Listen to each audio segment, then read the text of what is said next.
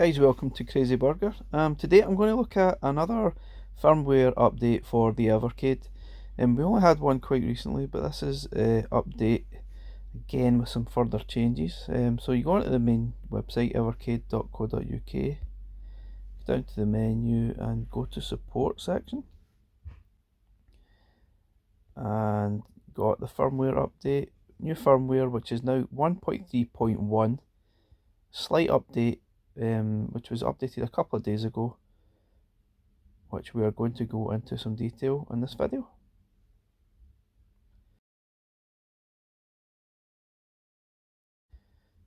So if you click on the big screen here, it'll take you to the firmware update.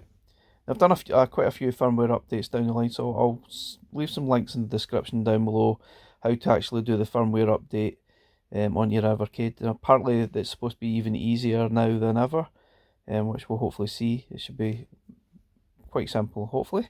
But let's have a look at the actual changes that's been made. So this update following changes: bugs. So fixed and improved cartridge mounting, fixed buzzing audio when HDMI connected on the device from the handheld speakers, fixed buzzing audio when booting from HDMI. So quite a few fixes here with the HDMI issues, which a lot of people are probably having if you're playing on the sort of TV. Fixed the graphics library, improved performances. Fixed the issue with the menu, which prevented hot swap certain cartridges. Resolution bug fix with a bunch of titles. Fixed typos with German language. Menu options strings. Improved thermal safety checks and fixed save state cleanup routine. So I think there's some definitely significant changes with the save states as well. Some of these obviously were similar to some of the changes that were made in 1.3.0. So you need to be careful of that. So better ROM handling, added smart cartridge repair, fixes bad saves, etc. Let's see, add better handling of vertical overscan, added better version control to assist with support, added critical battery alert, that's quite cool, quite like that idea.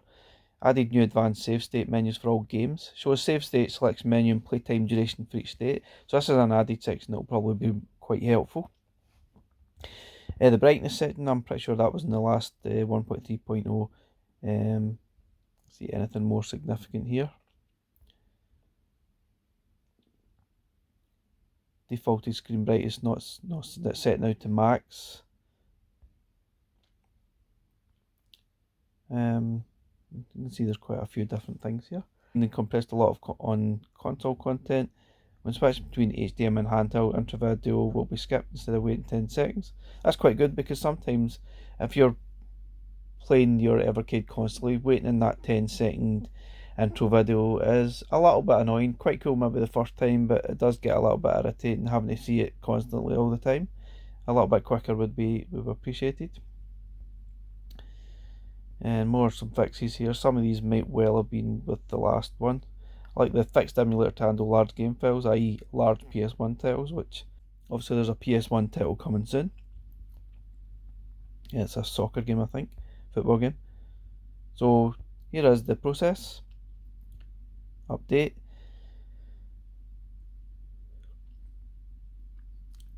So hopefully be quite straightforward, or more straightforward than ever to actually upload. It's quite straightforward. I'll leave my older videos in the description down below if you want to follow it. But you need the original cable that came with, or alternative, connect to the PC and it should download. And this is generally the process that you would follow. So let's download it and actually see if we can see any significant changes on the actual console.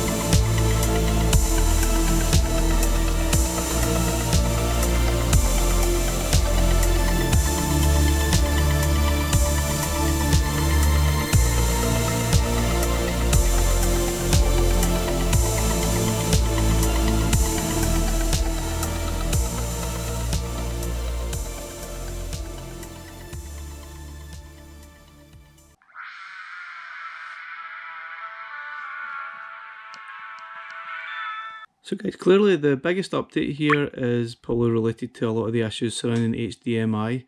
A lot of the possible firmware improvements in the actual listing seem to be related to 1.3.0 instead of 1.3.1. But you can see what version you're actually on if you go to the settings. You see you're on firmware version 1.3.1.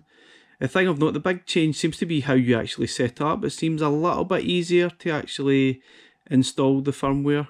The size of the firmware is about 3 times larger than 1.3.0, which is a bit odd, but yeah, it seems to be sort of aimed at making it a lot easier to actually install on your Evercade.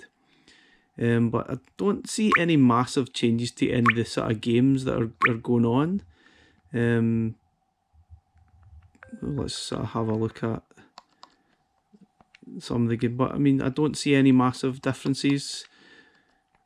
I think a lot of the things are going on behind the scenes, but yeah, it was nice at least to get another update. Obviously we still don't have an update to update the firmware on Mac, where I think I read somewhere that it's going to be next month, so we'll need to wait and see. At least they are supporting it and they're continuing with updates, so if you have any issues then please contact them. Hopefully then they will sort them out and we'll see them in future firmware updates going forward, which is great. So long may that continue. So thanks for watching the video today guys. Please like and subscribe. See you later. Bye for now.